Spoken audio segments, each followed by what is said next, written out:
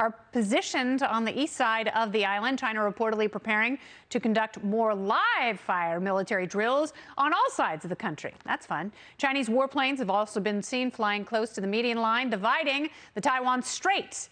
So is Nancy Pelosi safe, or will China take action? There's only one war hero I'd like to talk to in studio. Retired Marine Sergeant and Fox News contributor Joey Jones is with me, Triple J.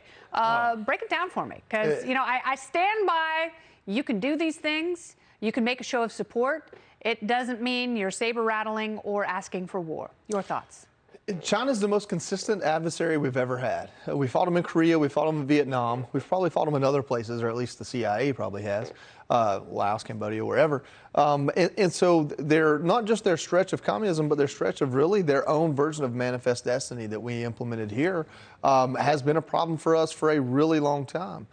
We have had an interest in Taiwan for a really long time too, and it's not always been for the same reasons. And I guess my concern is now more than ever, if not both parties, our government should be lock and step in how we're responding to China. I really don't understand what partisan issues would divide our government leaders on China. I can see maybe with Ukraine, I can see maybe with NATO as a whole, the way Trump came in and really disrupted NATO. But when it comes to China, I don't understand, other than our economic globalists, I guess, I don't understand what the schism is among our parties for how we're going to deal with China. Now, with that being said, what we're looking at now is a schism among the leaders of just the Democratic Party. We have an administration that seems very much in opposition to how really probably the most powerful Democrat, Nancy Pelosi, because she can raise the most money, is treating this issue, or how active she wants to be as opposed to our administration. And as an American, that gives me concern.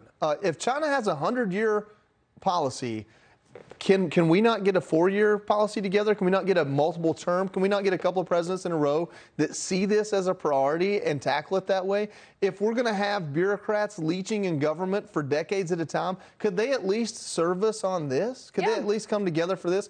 I mean, this isn't a new problem. There's nothing really all that new about it, other than perhaps China feels like they're more empowered. They have some position of leverage. Now, I've heard people talk on the network today that we have positions of leverage through economy and other places, and I understand that. But when somebody acts out the way China has, generally speaking, they do it from two positions, either disparity or leverage. And I don't see China in a place of disparity. Now, I understand that they have a presidential election coming up and there's that kind of thing going on, but I really don't feel like China's moving and posturing, which this is posturing, from a position of disparity.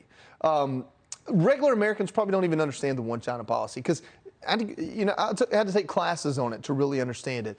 And we have talked out both sides of our mouth. Should we abandon it? What's that? Should we abandon the one China policy? I think it probably would have made sense to a few decades ago. At this point, I don't know we can. Looking at where we are with China, we have taken our position, we've held it, and we have to make it make sense. Yep. That's what we have to do. What we have to do now is say, what is our relationship with China, and how does that even with Taiwan? Okay, but to your point, China and the United States, obviously they steal a lot from us in terms of intellectual property. And we do nothing about it. And just straight up espionage, especially academic espionage. We do nothing about it. It is rampant. No, we really do nothing about it. So, and that's because American corporations want economic prosperity. But you should be able to have those things while still holding on to a philosophical consistency. So and I don't think that's too much to ask for from what you're talking about. There may be a difference in where you allot resources, but none of that adds up to a hot war for either side. That benefits zero people. The sad truth is we send American businessmen and women to China, and they go into what's called capitalist economic zones that China has created that mimic the capitalism that we enjoy. That's where American corporations go. That's what they see when they visit. That's what they invest in. What they don't see is behind that curtain when you have thousands of children in a sweatshop producing that capitalist, absolutely right, that capitalist investment.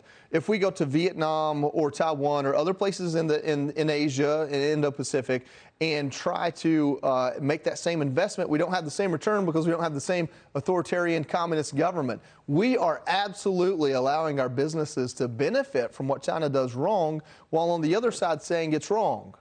And until that changes, or until something changes to where we either accept China for what it is and tell Taiwan, hey, you know, since 1979, we really didn't have to defend you anyway, I don't know that we're going to have anything different. The best we hope for, and I think what our government asks for, is basically what we get, which is posturing to a point and leave it there.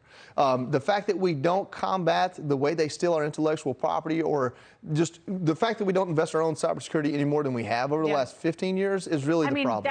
That is shocking. Even the last 4 years, the fact that we haven't made a concerted effort to beef up our national cybersecurity, you know, just for China, not to mention Russia, North Korea. I would even put Turkey on that list. $1.2 trillion in infrastructure. Yeah. I would have been okay with that if I knew that it was going to secure our digital footprint. Infrastructure is people, just like Soylent Green. Joey, thank you so much for being here. Yeah, thank you. Thank you for your service. Yes, ma'am.